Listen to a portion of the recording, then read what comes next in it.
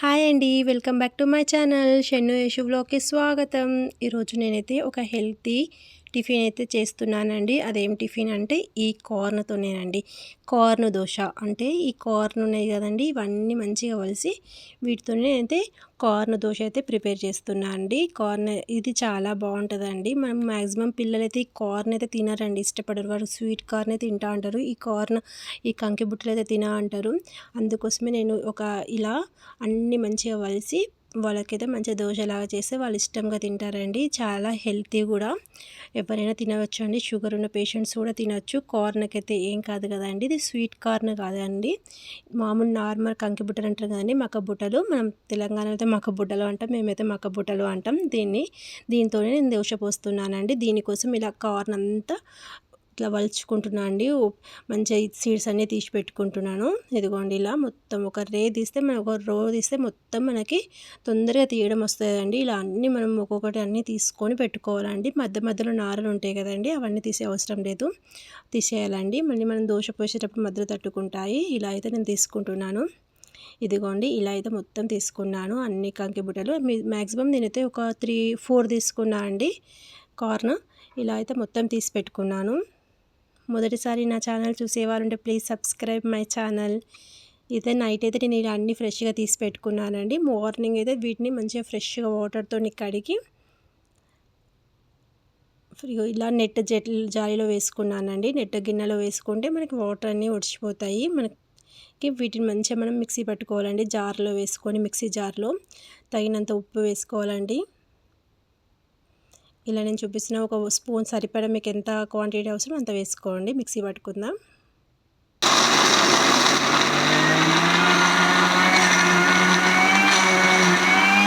మధ్య మధ్యలో మనం కొంచెం వాటర్ యాడ్ చేయాలండి. ఎందుకంటే ఇలా గట్టిగా ఉంటుంది కదా!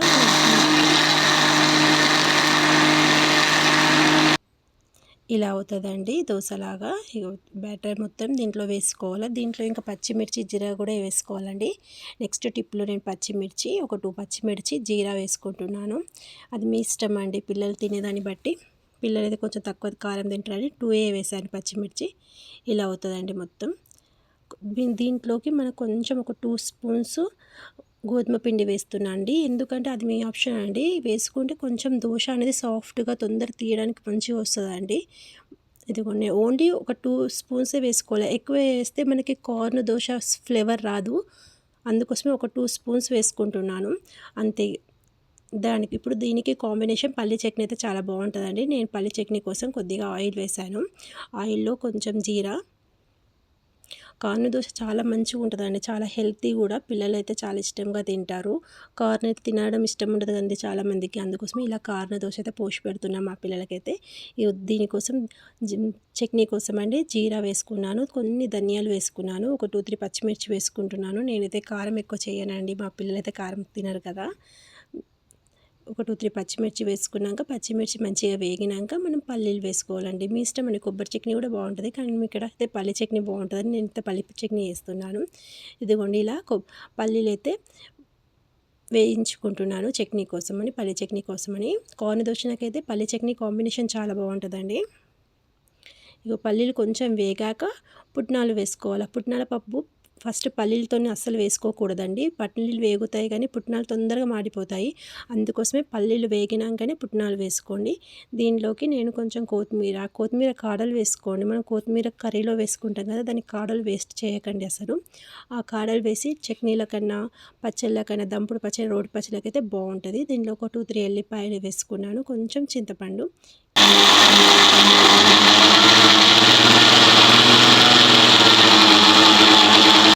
ఇలా మొత్తం వేసుకున్నాక చింతపండు మిక్సీ పట్టుకొని ఇలా మొత్తం గిన్నెలో వేసుకుంటున్నాను. ఇప్పుడు కొంచెం తీసి సాల్ట్ వేసుకుంటున్నాను. సాల్ట్ వేసుకున్నాక ఇక మన చట్నీ రెడీ అవుతుందండి. చట్నీ కోసం అయితే కొంచెం పోపు వేసుకుంటున్నాను. ఆయిల్ పెట్టి కరివేపాకు, ఎండుమిరపకాయలు వేసుకొని అయితే పోపు పెట్టేసుకుంటున్నాను. ఇది చట్నీలో వేసేసుకుంటున్నానండి.